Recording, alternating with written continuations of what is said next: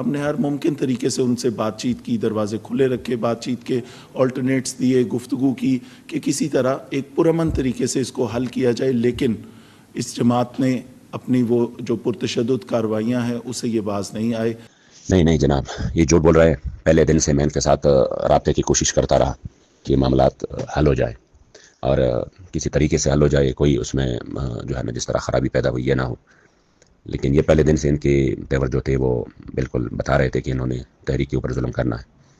تو جب انہوں نے آپریشن کیا تب بھی میں نے وزراء کو ویڈیوز بھجوائے اور ان کو فون کیے، انہوں نے فون نہیں اٹھائے۔ پھر بعد میں لیٹ ٹائم مولانا ثناء اللہ نے خود فون کیا کہ یہ کیا معاملات ہے، یہ میں نے ویڈیوز دیکھے ہیں۔ میں نے کہا عجیب بات ہے، اس طرح وہ دوسرے وزراء بھی کہہ رہے ہیں کہ ہمیں تو علم میں نہیں ہے۔ مطلب ایک طرح سے نااہلی کا ثبوت بھی دے رہے تھے اور میرے خیال میں مذاق بھی کر رہے تھے ہمارے اوپر۔ تو پھر بھی میں نے کہا کہ چلو مطلب ہم نہیں چاہتے حالات اس طرح خراب ہو، تو میں نے کہا ابھی بھی وقت ہے، آپ ہوش کے ناخن لے اور یہ ظلم بند کر دے تو بات چیت کا آغاز ہو جائے گا۔ تو پھر لیٹ ٹائم انہوں نے فون کیا رانا ثناء اللہ نے کہ ٹھیک ہے، ہم جو ہے نا اس میں یعنی کل جمعے کی رات کو کہ جب مارچ پہ بہت زیادہ ظلم ہوا اور کافی سارے ہمارے لڑکے شہید ہو گئے، زخمی ہو گئے، تو انہوں نے کہا کہ یہ کیا ہو رہا ہے، یہ تو غلط ہو رہا ہے۔ میں نے کہا غلط تو آپ کی طرف سے ہو رہا ہے، ہماری طرف سے تو کچھ بھی غلط نہیں ہے۔ ہم تو ایک پرامن مارچ کرنا چاہ رہے تھے، اور اگر آپ لوگ بیٹھ کے بات کرتے کہ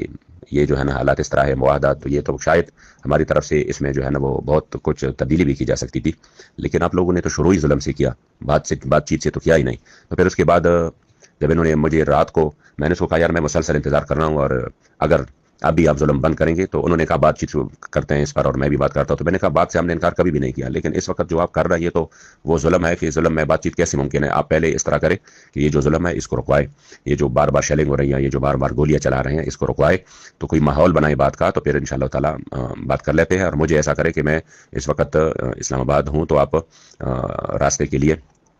جو ہے نا تھوڑا سا مجھے ہیلپ کرے تاکہ میں ادھر پہنچ جاؤں۔ اور فوراً جو ہے نا وہ میں امیر صاحب سے بھی میں نے بات کی، واٹس ایپ پہ میں نے بات کی امیر صاحب سے، تو انہوں نے بھی یہ نہیں کہا کہ ہم بات چیت کر ہی نہیں رہے۔ انہوں نے کہا کہ جب یہ ظلم کر رہے ہیں اس طرح، تو اس میں کس طرح بات چیت ہوگی؟ میں نے کہا انہوں نے رات کے 1 بجے مجھے وہ دی ہے کہ اب مزید ہم کوشش کرتے ہیں کہ یہ فورس کی جو حملے یہ رکوائے۔ لیکن جب ان سے یہ بات چیت ہو گئی تو پھر میں نے کہا ٹھیک ہے، میں صبح پہنچ جاتا ہوں اور انشاءاللہ تعالیٰ آپ سے مل کے آپ کی اجازت کے بعد ان کے ساتھ آغاز کرتے ہیں بات چیت کا۔ لیکن 2 بجے کے بعد فورس نے دوبارہ حملہ کیا، پھر 4 بجے تک شہادتیں ہوئیں، پھر اس کے بعد تھوڑے وقفے کے بعد دوبارہ سے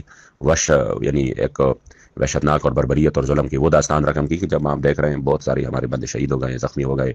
بہت بڑا ظلم انہوں نے کیا۔ اور آگے سے پھر ان کے فون بن جا رہے تھے، تو مطلب ان کا مسلسل دھوکہ، فراڈ، کبھی یعنی کس حوالے سے کبھی کس حوالے سے، مطلب یہ نہ بات چیت میں مخلص ہے۔ یہ جو خود طلال چودھری مکمل طور پہ جھوٹ بول رہا تھا، کوئی اس طرح کی بات نہیں ہے کہ ہم نے کبھی بات چیت سے انکار کیا ہو، یا ہم نے یہ